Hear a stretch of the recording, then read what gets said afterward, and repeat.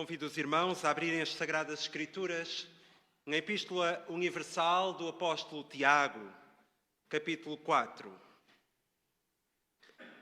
Epístola de Tiago, capítulo 4.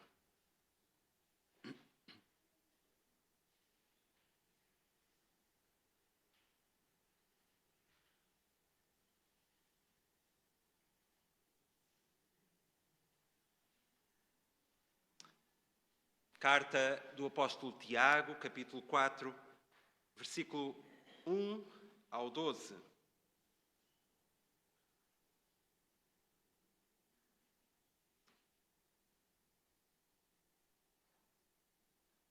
Carta de Tiago, capítulo 4, 1 a 12. Os irmãos que tiverem condições, fiquem de pé, para assim juntamente fazermos esta leitura. De onde vêm as guerras e pelejas entre vós? Porventura não vêm disto, a saber, dos vossos deleites que nos vossos membros guerreiam? Cobiçais e nada tendes, sois invejosos e cobiçosos e não podeis alcançar. Combateis e guerreais e nada tendes, porque não pedis. Pedis e não recebeis, porque pedis mal, para o gastardes em vossos deleites. Adúlteros e adúlteras, não sabeis vós que a amizade do mundo é inimizade contra Deus? Portanto, qualquer que quiser ser amigo do mundo, constitui-se inimigo de Deus. Ou cuidais vós que em vão, diz a Escritura, o Espírito que em nós habita tem ciúmes? Antes, dá maior graça. Porquanto diz, Deus resiste aos soberbos, dá, porém, graça aos humildes. Sujeitai-vos, pois, a Deus, resisti ao diabo, e ele fugirá de vós. Chegai-vos a Deus, e ele se chegará a vós. Alimpai as mãos, pecadores, e vós, de duplo ânimo, purificai os corações. Senti as vossas misérias e lamentai e chorai. Converta-se o vosso riso em pranto e o vosso gozo em tristeza. Humilhai-vos perante o Senhor e Ele vos exaltará. Irmãos, não faleis mal uns dos outros. Quem fala mal de um irmão e julga a seu irmão, fala mal da lei e julga a lei. E, se tu julgas a lei, já não és observador da lei, mas juiz. Há um só legislador e um juiz que pode salvar e destruir.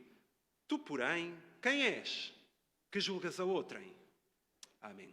Até aqui a palavra de Deus.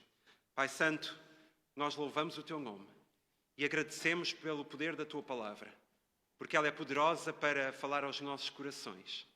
E nós te pedimos que, através da ação do Teu Santo Espírito, Tu possas falar a cada um de nós, para que possamos analisar a Tua palavra e depois analisar os nossos corações e viver de acordo com a Tua vontade, Senhor. Talvez seja difícil, ó Deus, e por vezes é tão difícil, mas ajuda-nos. Ajuda-nos, Senhor. Faz-nos discípulos obedientes e servos que aprendem do Mestre. É a nossa oração em nome de Jesus. Amém. Podem se sentar.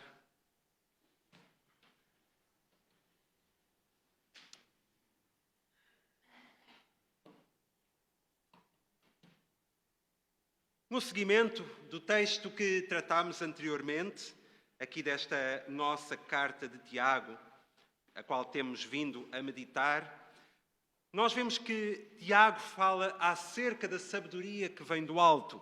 E se os irmãos atentarem para o capítulo 3, versículo 17, conforme já meditámos, ele fala desta sabedoria que vem do alto. E o desafio que Tiago nos deixa é, primeiramente, procurarmos a verdadeira sabedoria. E como consequência deste primeiro, em segundo lugar, que ela seja visível na nossa vida através do fruto que nós damos. E assim, uma nova pergunta é feita para a nossa reflexão. E Tiago pretende confrontar os cristãos com a origem dos conflitos. Vejamos o versículo 1 deste capítulo 4. De onde vêm as guerras e pelejas entre vós? Porventura não vêm disto, a saber, dos vossos deleites que nos vossos membros guerreiam? Então parece que nós encontramos aqui a origem dos conflitos, ou seja, as guerras e as pelejas, ou as facções, as contendas. E conforme já lemos, e uma vez mais digo, no capítulo 3, o versículo 14 e o versículo 16, nós encontramos Tiago a falar de uma forma contundente acerca desta mesma realidade, que é importante nós atentarmos na nossa vida. Porquê vivermos em conflitos, em contendas, em divisões? E notemos que ele faz uma pergunta retórica, mas ao mesmo tempo ele dá a resposta através de uma outra pergunta. De onde vêm as guerras e as pelejas entre vós? Sim, qual é a resposta que nós damos a esta pergunta? Quando esta pergunta nos é feita através de Tiago, este pastor da igreja de Jerusalém, que estava a falar para os crentes que estavam dispersos por toda a diáspora, em várias partes, cada um tentando levar a sua vida da melhor maneira, num mundo que era tão difícil, semelhantemente a cada um de nós, tentando levar a nossa vida da melhor maneira que podemos. Espera-se que seja observando a palavra do Senhor, mas neste mundo em que nós vivemos, e quando nós contemplamos o nosso mundo, quando nós olhamos para a nossa vida, para os nossos relacionamentos, perguntamos: de onde vêm as guerras pelas quais estamos a passar? Quer sejam elas externas a nós ou internas. E, portanto, através de uma outra pergunta, Tiago quase que vai dar a resposta a esta primeira, que é: porventura não vêm disto, a saber, dos vossos deleites que nos vossos membros guerreiam? Esta guerra, esta peleja pela qual estáis passando, não vem de dentro de vós? Não vem por causa dos vossos deleites? Então, uma vez mais, meus irmãos, nós somos confrontados com o nosso denso pecado, o denso pecado que em nós habita. E fica patente que o motivo das guerras e pelejas é precisamente os deleites, ou seja, os prazeres da nossa carne, do nosso eu, da nossa vontade própria. É por causa do nosso querer que muitas vezes surgem estas guerras. É precisamente por causa da nossa vontade própria que surgem estes desafios. E tudo isto faz com que vivamos numa constante e permanente guerra interna. E por isso é que Tiago escreve: os deleites que nos vossos membros guerreiam. Tiago não está aqui a falar de uma guerra bélica, mas sim de uma milícia na carne.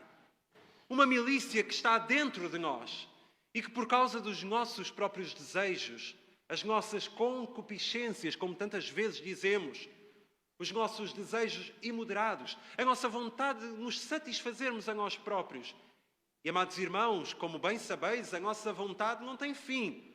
Sempre queremos mais e mais e mais alguma coisa. Somos seres insatisfeitos por natureza. Então Tiago diz que não é isso, ou melhor, não acontece isso por causa dos deleites que estão em guerra dentro de vocês. E notemos que no Novo Testamento esta palavra prazeres traz sempre consigo uma conotação negativa e diz respeito aos desejos pecaminosos. E por isso mesmo Tiago diz: cobiçais, no versículo 2, e nada tendes. Sois invejosos e cobiçosos e não podeis alcançar. Combateis e guerreais e nada tendes, porque não pedis. E ainda continua dizendo no versículo 3: pedis e não recebeis, porque pedis mal, para gastardes em vossos deleites. Tiago refere aqui a cobiça e a inveja como sentimentos que estão no coração dos homens. De homens que almejam ter o que a outros pertence, sem se preocuparem com a destruição e os danos que essa atitude pode causar. E vede, irmãos, olhai para este versículo e vede como para Tiago fica bem certo que quem assim age acaba por nada receber. Porquê? Porque também nada pediu. Como é que nós esperamos receber algo da parte de Deus se não pedimos de acordo com a sua vontade? Se as nossas petições são apenas para dar aso aos nossos desejos humanos. É certo que nós devemos e podemos pedir tudo ao nosso Deus. Deus é todo poderoso para nos conceder aquilo que Ele bem quiser. Mas será que nós estamos a pedir bem? Estamos a pedir de acordo com a vontade do Senhor? Oh, meus queridos irmãos, quantas vezes nós primeiro fazemos, primeiro adquirimos alguma coisa, primeiro queremos algo e só depois é que vamos pedir ao Senhor. Parece um pouco estranho. Normalmente nós pedimos primeiro e depois recebemos. Mas quantas são as vezes em que por causa do nosso eu, por causa do nosso querer e do desejo de nos autossatisfazermos, primeiro adquirimos algo. E depois então vamos pedir ao Senhor, quase como se fosse para o Senhor confirmar. Mas será que não seria melhor nós pedirmos primeiro ao Senhor? Confirmarmos se aquilo que é o desejo do nosso coração está em conformidade com a vontade de Deus? E depois então esperar a resposta do Senhor? E se a resposta do Senhor for, espera, ainda não é o tempo de receberes? Ou, quem sabe, se a resposta do Senhor for, não, não vais receber isso, meu filho. Isso não é bom para ti. Mas nós só queremos o sim de Deus. Só queremos que Deus nos satisfaça. Mas que Deus nos ajude a que a nossa lista de petições ao nosso Deus não seja como a lista do supermercado, em que nós temos essa lista, vamos lá, adquirimos o que queremos e vimos satisfeitos. Temos que nos submeter ao senhorio do Senhor. Temos que contemplar a grandeza do nosso Deus. Temos que deixar que a nossa alma cante ao Deus grandioso e esperar dele a solução. O Senhor está acima de tudo e de todos e Ele sabe o que é o melhor. E nós olhamos para as palavras de Tiago e são de profunda importância para a nossa meditação. Quando ele diz que nós somos cobiçosos, que nós somos invejosos, que nós guerreamos, que nós andamos em luta constante, desejando ter algo que na verdade não nos faz falta ou que não é o melhor para nós. E ele diz que nós pedimos e não recebemos. Porquê? Porque pedimos mal. E às vezes nós pedimos e pedimos incessantemente algo e nunca chegamos a adquirir isso que tanto queremos. Talvez possamos olhar para nós mesmos, abrir a palavra de Deus e ver se estamos a pedir bem ou se estamos a pedir mal. Porque se pedirmos mal, não iremos receber. Porquê? Porque é para gastar nos nossos deleites. E é curioso que em algumas versões, por exemplo, na versão da Bíblia, a Almeida Revista e Atualizada, aparece a palavra matar no versículo 2. Diz, então, no versículo 2, matar. Na medida em que, neste aspecto, Tiago clarifica a forma como são desencadeadas as ações. Ou seja, umas levam às outras. E, portanto, ele diz em primeiro lugar, cobiçais e nada tendes. Matais e invejais, ou sois invejosos e cobiçosos e nada podeis obter. Viveis a lutar e a fazer guerras e nada tendes, porque não pedis. E parece um paradoxo completo, porque pedimos, mas parece que não estamos a pedir de acordo com o padrão divino. Mas mais ainda, aquilo que o homem pede, conforme nos diz o versículo 3, não irá receber, porque não está a ser pedido da maneira certa. Pelo contrário, o sentimento que está no seu coração não é nada mais do que mundano e diabólico, conforme vimos anteriormente. E, amados irmãos, o único intuito que o nosso pedido tem é para ser gasto e desperdiçado nos deleites e prazeres. E Tiago, então, prossegue, dizendo no versículo 4, adúlteros e adúlteras, não sabeis vós que a amizade do mundo é inimizade contra Deus? Portanto, qualquer que quiser ser amigo do mundo, constitui-se inimigo de Deus. É importante nós atentarmos para este versículo 4. Sabem porquê, meus irmãos? Porque a partir daqui há uma chamada ao arrependimento. E Tiago aqui vai usar esta expressão adúlteros e adúlteras, partindo da ideia da traição no casamento. E nos livros proféticos do Velho Testamento, a infidelidade matrimonial simboliza a infidelidade a Deus por parte da nação de Israel, vista como a esposa do Senhor. Então, se nós temos a nação de Israel, que é a esposa do Senhor, da mesma forma como temos a igreja, que é a esposa de Cristo, Tiago aqui vai pegar nesta imagem e vai dizer ao povo, aqueles que vão ler a sua carta, aqueles que eventualmente vão ouvir alguma pregação sua acerca deste assunto, ele vai dizer que eles são adúlteros e adúlteras. Da mesma forma como ele fala para cada um de nós esta manhã, dizendo que nós somos adúlteros e adúlteras. Porquê? Precisamente porque a nossa amizade com o mundo, a nossa identificação com o mundo, aquelas vezes todas, meus queridos irmãos, em que nós queremos satisfazer o nosso eu, vivendo conforme os padrões do mundo e não conforme os padrões de Deus, estamos a adulterar o nosso Senhor. E por isso, em algumas versões, colocam a expressão infiéis. Uma vez mais, faço referência para a versão João Ferreira de Almeida, revista e atualizada, que usa a expressão infiéis. Ou se os irmãos contemplarem, aqueles que têm a versão da Bíblia para todos, aparece a expressão gente infiel, de forma a mostrar precisamente que a infidelidade do homem para com Deus é uma realidade. Nós somos gente infiel. Nós transgredimos o nosso relacionamento com o nosso Deus. E nesta relação de casal, em que deve ser uma relação perfeita, de uma união perfeita, em que não há nem sequer espaço para uma distração no que ao adultério diz respeito, nós muitas vezes transgredimos. E certamente que Tiago estava a olhar para a realidade da igreja da sua época e a constatar que tantos que se diziam cristãos estavam a entrar numa espiral de inimizade com Deus por causa do egoísmo, por causa das rixas, e iriam sofrer as consequências. Basta nós olharmos para os nossos casamentos ou para os casamentos daqueles que estão próximo de nós. Quantas vezes surgem contendas, rixas, um diz uma coisa, o outro diz outra, e caminham para lados opostos, sem nunca se conseguirem conciliar. Precisamos de nos curvar diante do Senhor para colocar em oração os nossos relacionamentos. Então nós vemos Tiago aqui a chamar a nossa atenção para o nosso relacionamento com Deus, usando o relacionamento horizontal, o relacionamento de uns para com os outros. E então sim, fala do relacionamento vertical, de nós para com Deus.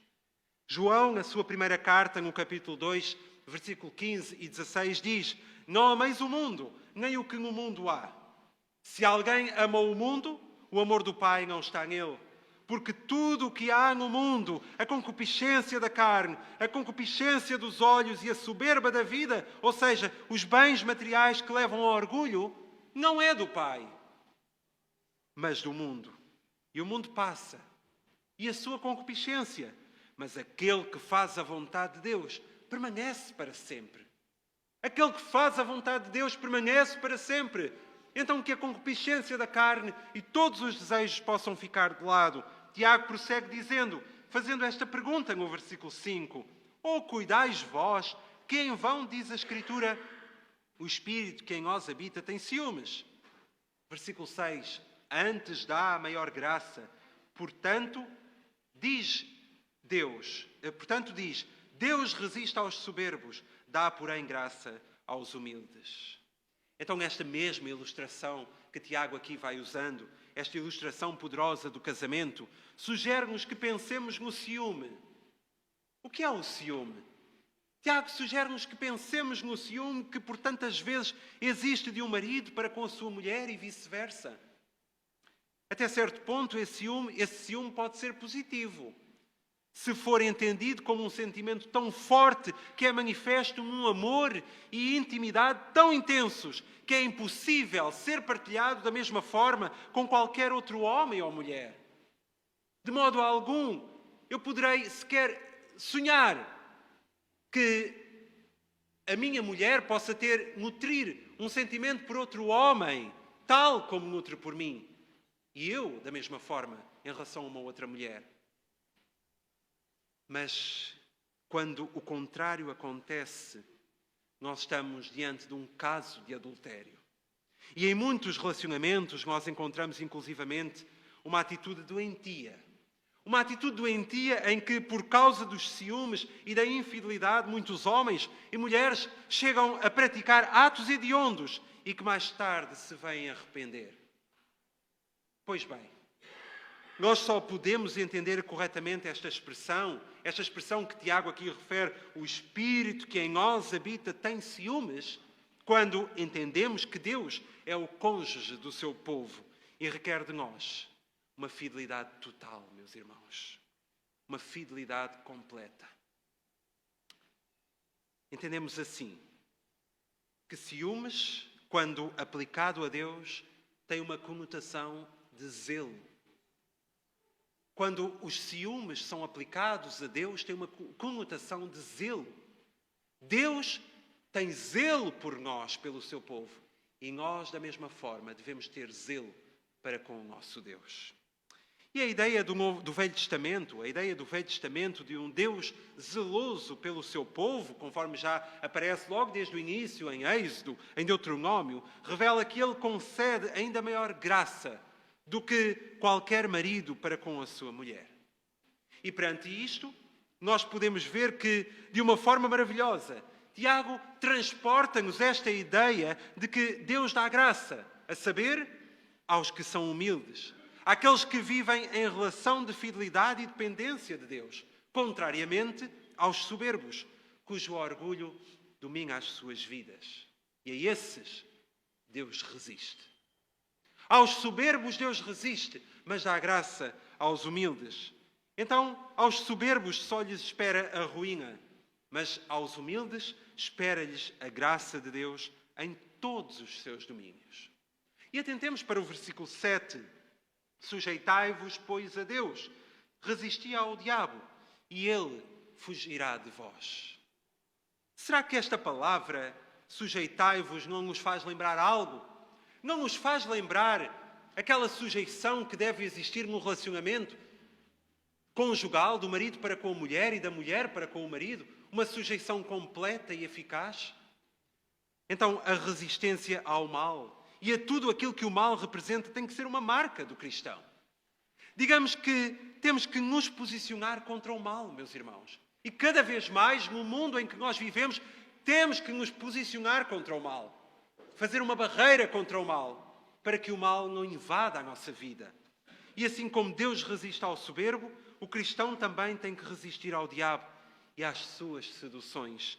Por isso temos as guerras, temos as cobiças, temos as invejas, temos os deleites, temos as infidelidades e todo o tipo de práticas contrárias ao que Deus requer de cada um de nós e que encontramos na Bíblia. Se por um lado Deus dá graça ao humilde, por outro lado, a sua responsabilidade é claramente a sujeição a Deus. E que momento tão apropriado para nós refletirmos nesta palavra do Senhor. O dia em que nós nos sentamos à mesa do Senhor para participarmos deste memorial, que é o pão e o vinho, o corpo e o sangue de Jesus Cristo, que foi moído, que foi derramado, que foi doado na cruz do Calvário, por todo aquele que nele crê. Então, meus amados irmãos, chegai-vos a Deus, diz o versículo 8. Chegai-vos a Deus, e Ele se chegará a vós. Alimpai as mãos, pecadores, e vós de duplo ânimo, purificai os corações. Então, em vez de fazermos a vontade de Satanás, que é estarmos cada vez mais longe de Deus, devemos sim contrariar isso e chegarmos cada vez mais próximos de Deus, porque de forma graciosa Ele se chegará a nós. Vemos aqui estas mãos, as mãos que todos nós temos, as mãos que Deus formou, as mãos que Deus nos deu. E por isso, a exortação de Tiago é: alimpai as mãos, pecadores. Vós sois pecadores, mas limpem as vossas mãos. Lavem as vossas mãos para ficarem livres de qualquer sujeira, de qualquer pecado. Então todos nós somos pecadores e temos as mãos manchadas. Por isso lemos no Salmo 24, quem é que tem as mãos limpas? Sim, quem subirá ao monte do Senhor? Ou quem entrará no seu lugar santo? Aquele que é limpo de mãos e puro de coração, que não entrega a sua alma à vaidade, nem jura enganosamente. Este que tem as mãos limpas, diz o versículo 5 do Salmo 24, receberá a bênção do Senhor e a justiça do Deus da sua salvação. Então precisamos de ter as mãos limpas e o coração puro para estar na presença do nosso Deus. Mas Tiago também faz aqui uma advertência, uma vez mais,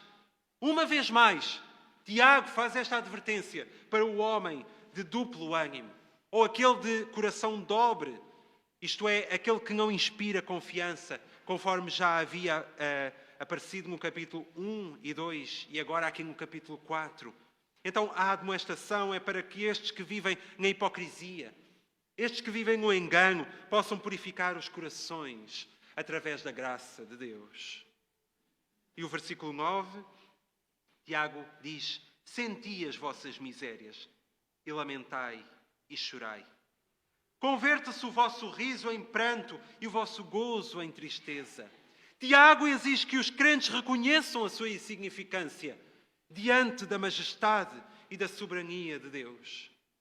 Meus queridos irmãos, nós olhamos para a Sagrada Escritura e vemos que o pecado tem que ser chorado. O pecado tem que ser lamentado e a transformação tem que ser uma realidade. A transformação dos nossos corações tem que ser uma realidade para que alguém possa olhar para nós e diga, é um verdadeiro filho de Deus. É alguém que nasceu de novo.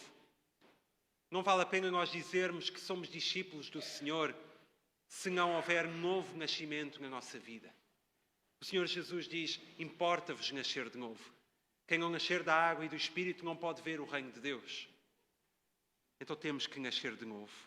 E por isso o pecado tem que ser chorado e lamentado. E Paulo exorta os cristãos na igreja de Corinto, dizendo, aquele, pois, que cuida estar em pé, olhe, não caia. Aquele que pensa que tudo está bem na sua vida. Aquele que eventualmente está com falta de humildade ou cheio de soberba, que está de pé, achando que tudo está bem na sua vida. Nada precisa de ser transformado. Olhe, fique atento, não caia, porque quando menos esperar, o diabo vai colocar um laço no seu caminho para tropeçar e cair e falhar diante do Senhor. Muitos há que vivem em total folia. A vida é uma permanente festa, sem preocupações com o dia de amanhã, sem atentarem para as consequências das suas ações.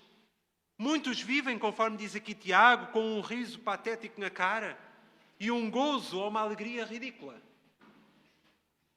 Antes fora melhor que convertessem isso em pranto e tristeza, porque é aí, é nesse pranto e nessa tristeza que revelam ter consciência da realidade e vão a tempo de receber a bênção por parte do Senhor.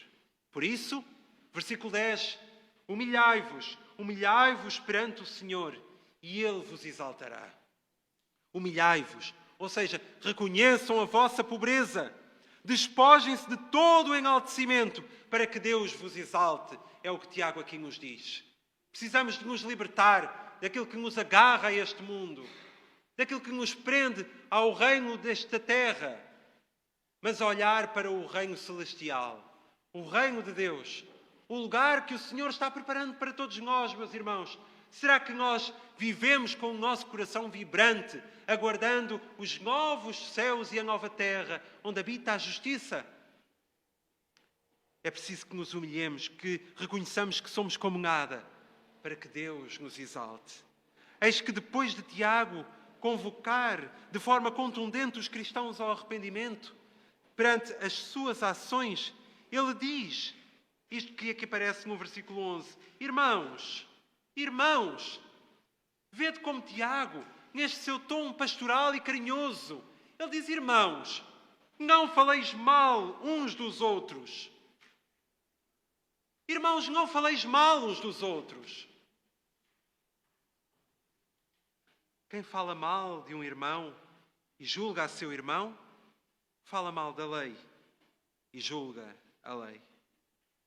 E se tu julgas a lei, já não és observador da lei, mas juiz. Há um só legislador e um juiz que pode salvar e destruir. Tu, porém, quem és? Quem és que julgas a outrem? Então a forma como resistimos às paixões mundanas também se revela na relação com os irmãos. E Tiago diz, não faleis mal uns dos outros, que significa literalmente falar contra. Não fales contra o teu irmão. Não levantes calúnias. Não faças acusações incorretas. Não entres em mexericos.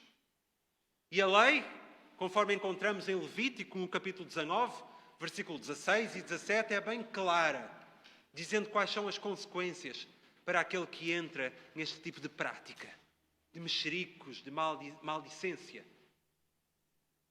Então, meus queridos irmãos, a lógica de Tiago é que quem está contra o irmão está contra a lei. Porque a lei é que condena essa mesma prática. Então, se a lei está a condenar que nós não devemos falar mal do irmão ou contra o irmão, se nós o fazemos, estamos contra a lei do Senhor.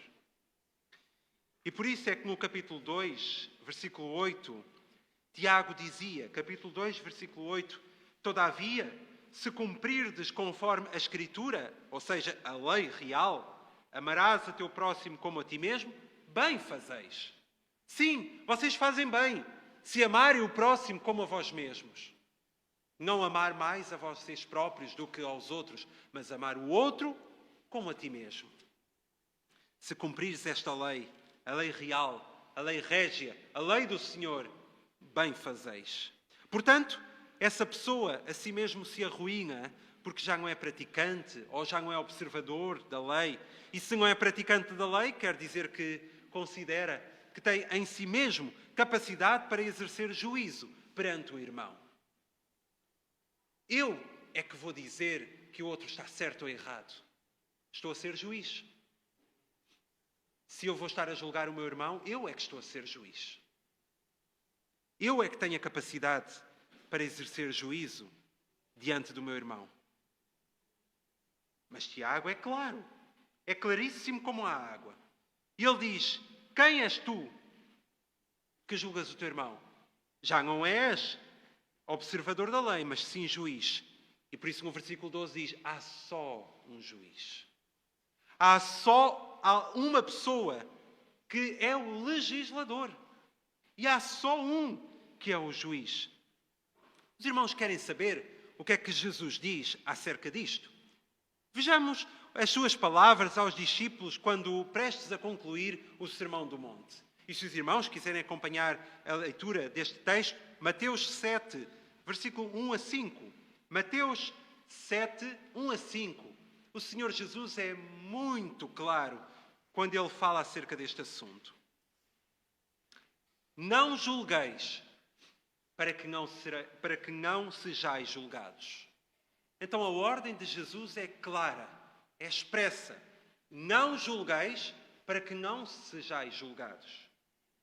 E vede porquê. Versículo 2. Porque com o juízo com que julgardes, sereis julgados. E com a medida com que tiverdes medido, vos hão de medir a vós. Então o Senhor Jesus diz aqui no versículo 2 que da mesma forma que nós julgamos os outros e nos colocamos numa posição de juízes, é a forma como os outros também têm toda a autoridade para nos julgar a nós. Mas o problema é que nós muitas vezes queremos estar numa posição de juiz e apontar toda a sorte de acusações aos outros, mas quando alguém aponta alguma falha que nós fazemos, aí é que conflitos surgem, guerras acontecem.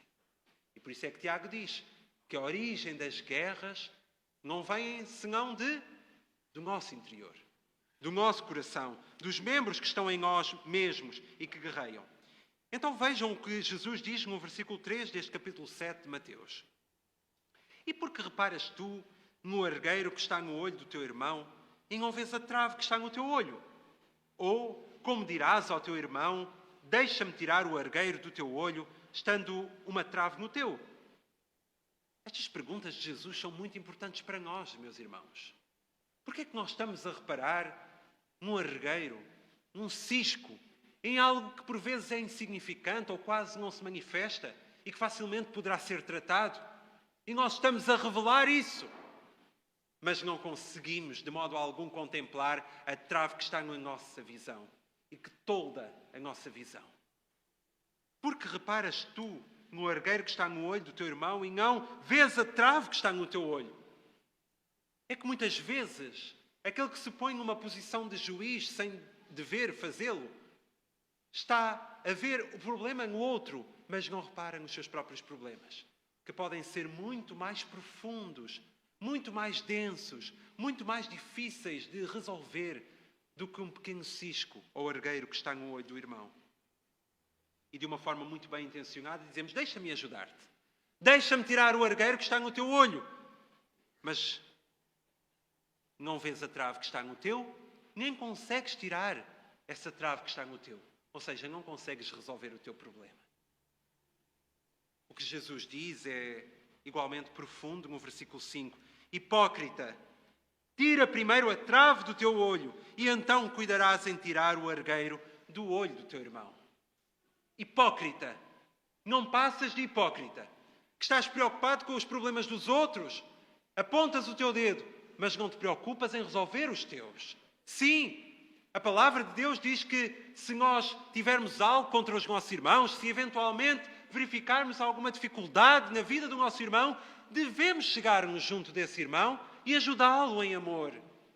Mas somos hipócritas quando estamos preocupados em resolver o problema dos outros ou tirar o argueiro que está no olho do nosso irmão, mas não conseguimos atentar para o nosso.